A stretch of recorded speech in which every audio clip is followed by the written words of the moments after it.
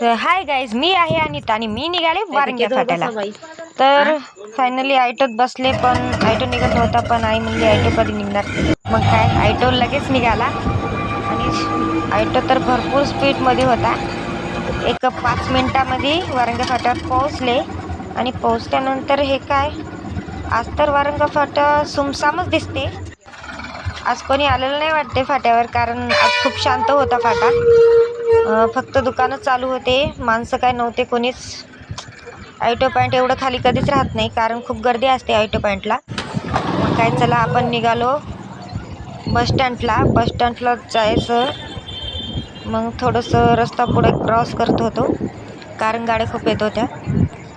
मग फायनली आपण बसस्टँडकडे निघालो.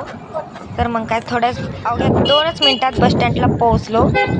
आणि बसस्टँडवर पोहोचल्यानं मी वाट बघत होते गाडीची. मग काय, दिसली शेवटी लालपरी दिसल्यानंतर आई आणि मी निघालो लालपरीमध्ये, कारण आम्हाला बाळापूरला जायचं होतं. फायनली बाळापूरला पोहोचलो.